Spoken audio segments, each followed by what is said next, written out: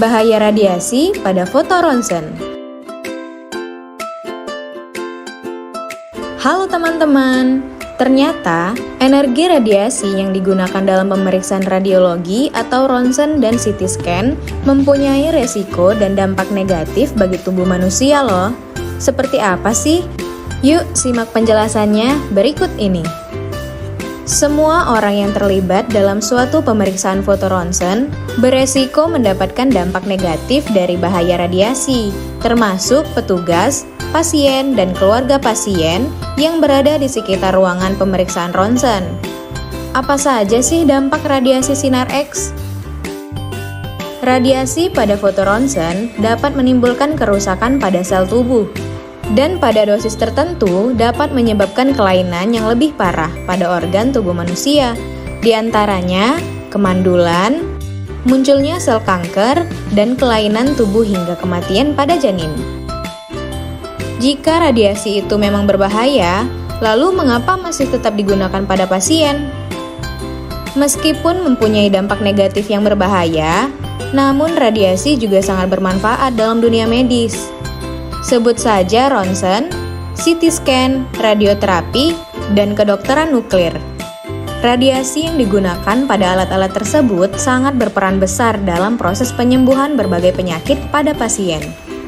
Radiasi pada pemeriksaan foto ronsen digunakan untuk menampilkan gambar tulang dan organ dalam manusia. Begitu pula dengan CT scan, hanya saja dengan metode atau cara pengambilan gambar yang berbeda. Pada radioterapi, radiasi digunakan untuk membunuh sel kanker atau tumor. Sedangkan pada kedokteran nuklir, radiasi dapat digunakan untuk mendeteksi dan mengobati penyakit, sekaligus yang bahkan hal ini belum bisa dilakukan oleh teknologi yang lain. Ini dia fakta radiasi pada pemeriksaan foto ronsen.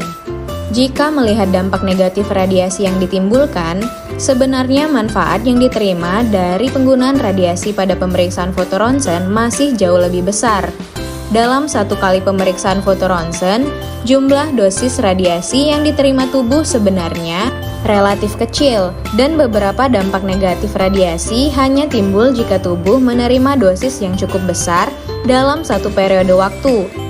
Karena pada dasarnya sel-sel dalam tubuh manusia akan memperbaiki diri dan tumbuh kembali, sehingga kelainan dan kerusakan sel akibat radiasi bisa dihindarkan. Dengan demikian, pasien tetap bisa mendapatkan manfaat dari pemeriksaan foto ronsen yang dilakukan tanpa merasakan dampak negatif radiasi yang mungkin timbul. Kemudian, bagaimana cara mencegah dampak bahaya radiasi? Pasien bisa melakukan beberapa cara, antara lain: pertama, mengkonsumsi makanan tinggi protein seperti telur, ikan, susu, dan kacang-kacangan untuk membantu proses pembentukan sel baru.